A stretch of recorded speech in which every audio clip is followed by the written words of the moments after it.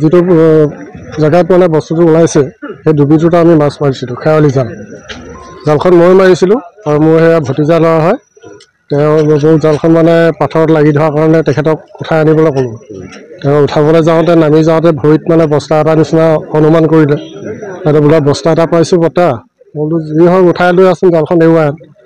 বস্তাটো উঠাই আনি পিনি বাহিৰত আমি খুলি চালোঁ।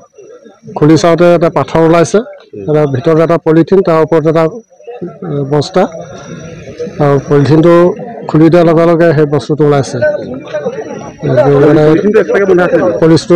পলিথিনটো এক্সট্ৰাকৈ বন্ধা হয়, এডাল এলুমিনিয়াম তাৰে বন্ধা আছিল। গতিকে সেইখিনি বস্তু আমি দেখা পাইছোঁ।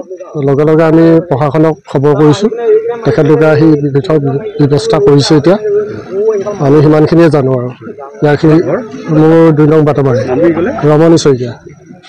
মাছ মাৰি আছিলোঁ, মাছ মাৰি থাকোঁতে খেৱালিখন মানে খেলি মাৰি দিছিলোঁ। শিলগুটিত লাগি ধৰিলে, শিলগুটিৰ পৰা জালখন এৰুৱাব যাওঁতে কি বস্তু বুলি বস্তাটো পালোঁ না ভৰিতে, উঠাই আনিলোঁ, খুলি চালোঁ। খুলি চাওঁতে ওলাই পৰিলে। কি হয় এতিয়া ধৰিব পৰা নাই ময়ো, ৰাইজে কি বিচাৰ কৰে আৰু। আমি 6 জনমান আছিলোঁ। পোনে আৰম্ভ কৰিছিলোঁ, আমি 10-15 মিনিটমান মাৰিছিলোঁ মাছ। তাৰপিছতে পালোঁ বস্তাটো, খুলি চালোঁ, সেইটো ওলালে আৰু। খেৱালি জাল মাৰিছিলোঁ। কি বস্তুটো পেকিং হৈ আছিলে নে কি? বস্তাত বান্ধি থোৱা আছিলে, তাঁৰ এডালে বান্ধি থোৱা আছিলে, মানে এলুমিনিয়াম তাঁৰ এডালে, লগত এটা পাথৰ আছিলে।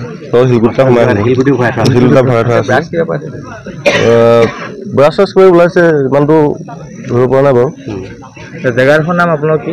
এইডোখৰ বৰ্তমান শিঙীয়া বুলি কয়, কিন্তু আমাৰ ঘৰ বাটমাৰিত। আপোনাৰ নামটো?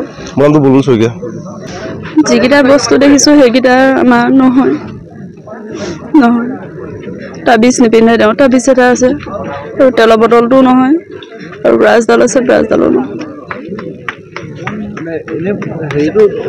ধৰিব পৰা নাই নহয়? ধৰিব নাই। লগত থকা বস্তুখিনি আপুনি? হয়, লগত থকা বস্তুখিনি তাৰমানে আমাৰ নহয় নেকি? সেইখিনিতো একো ধৰিব পৰা নাই মই একো।